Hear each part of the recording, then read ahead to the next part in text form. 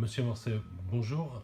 Vous êtes le dirigeant du groupe Morcet et Le Relier Immobilier. Vous travaillez à la fois dans l'immobilier d'entreprise et dans le résidentiel. Quel est aujourd'hui le potentiel en matière d'immobilier d'entreprise sur le territoire de la communauté d'agglomération?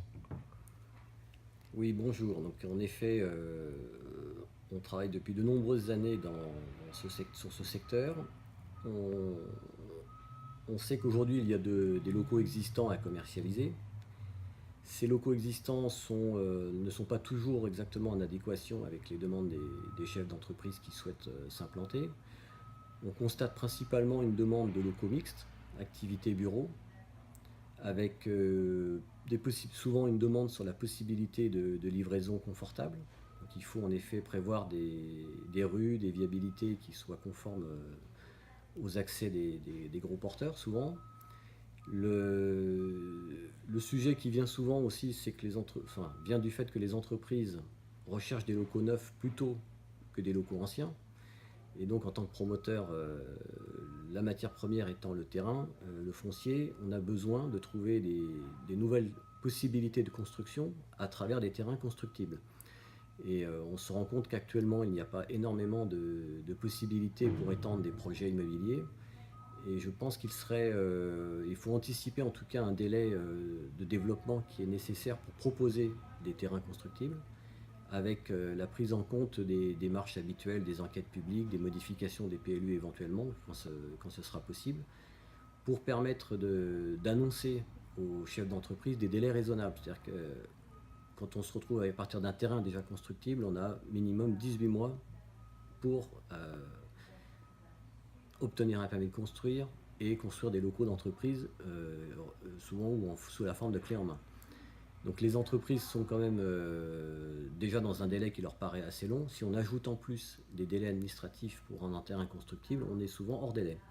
Donc Mais ça veut dire que vous avez repéré sur le territoire des terrains, des parcelles sur lesquels il y aurait la possibilité de construire si les PLU étaient ouverts. On voit déjà sur des axes existants, le long d'axes routiers existants, il y a régulièrement des terrains qui ne sont pas pour l'instant constructibles, qui sont pour l'instant préservés, soit en zone agricole ou en attente d'urbanisation.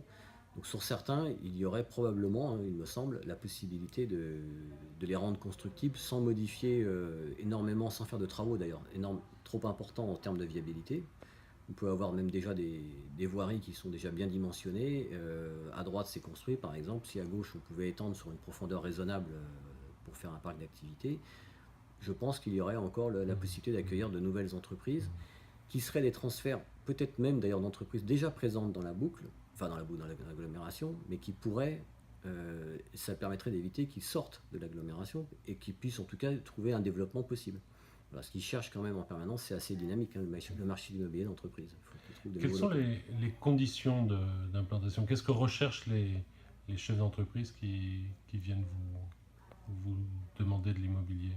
Alors, on a quand même régulièrement des demandes, donc 80%, on va dire, 70-80% des demandes sont concentrées par une demande de locaux mixtes, activité bureau, ce qui permet au chef d'entreprise de réunir toutes les fonctions au même endroit, ce qui est évidemment plus pratique pour lui. Avec donc si possible un bâtiment indépendant, un bâtiment bien sécurisé, donc ça peut et en même temps des bâtiments qui, si possible, donc de dernière génération, avec la climatisation, le respect des normes BBC si possible, répondre aussi aux normes d'accessibilité qui sont évidemment présentes aussi dans les décisions d'implantation.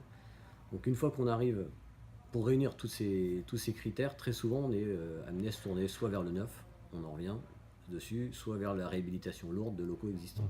Voilà. Mais il y a quand même une réelle demande qu'on constate nous depuis 28 ans, hein, comme je disais, et on a plutôt du mal à satisfaire toutes les demandes. Donc je pense qu'il y a encore de la place pour accueillir de nouvelles entreprises. En tout cas permettre à celles déjà de s'installer, de se développer, parce que comme je le disais, c'est quand même un monde assez dynamique. Et il faut faut être capable d'apporter, je pense, des réponses aussi bien pour se développer que pour se réduire, pour que tout le monde puisse continuer à se développer sur place avec un parcours d'entreprise. Voilà.